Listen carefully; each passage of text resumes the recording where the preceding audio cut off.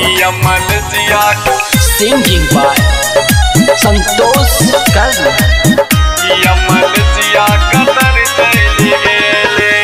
गेले मलेशिया भेल विदेशिया सब कहैया रे परदेसिया नेपाल में रही का बैचलर पढ़ ले किया मलेशिया कतर चली गेले किया मलेशिया कतर चली गेले मलेशिया भेल विदेशिया सब कहैया रे परदेसिया नेपाल में रही का बैचलर पढ़ ले किया मलेशिया कतर चली गेले किया मलेशिया कतर चली गेले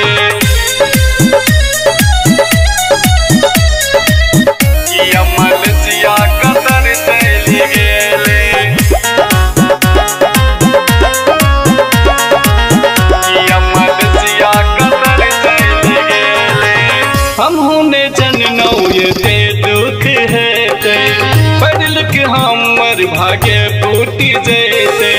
पढ़ लिख हमर भाग्य फूटी जैते हम होने जननौ ये ते दुख है ते पढ़ लिख हमर भाग्य फूटी जैते ओ अपन जवानी विदेश में बीतेनौ अपन जवानी विदेश में बीतेनौ मौकी कहैया की गीला कयले किया मलेशिया कतर चली गेले किया मलेशिया कतर चली गेले किया मलेशिया कतर चली गेले किया मलेशिया कतर चली गेले कहियो ने पूछे कते मेहनत पड़ैया पैसा पठाओ सुबह शाम रटैया पैसा पठाओ सुबह शाम रटैया कहियो ने पूछे कते मेहनत पड़ैया पैसा पठाओ सुबह शाम रटैया हो साली कहैया मोबाइल फोन लायब घर वाली कहैया एलसीडी लायब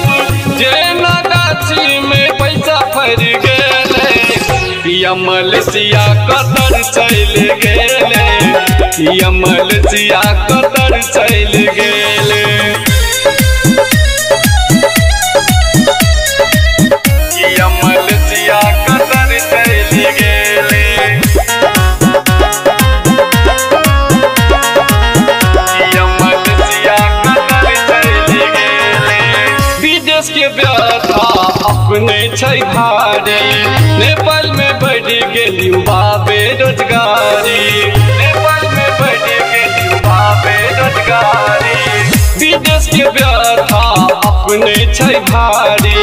नेपाल में बढ़ गेल युवा बेरोजगारी हो संतोष कहैया रे परदेसिया संतोष कहैया रे परदेसिया नेपाल में खेती बाड़ी किया न गेले किया मलेशिया कतर चली गेले किया मलेशिया कतर चली गेले। विक्रम विद्यार्थी रिकॉर्डिंग स्टूडियो मलंगवा सरलाही नेपाल।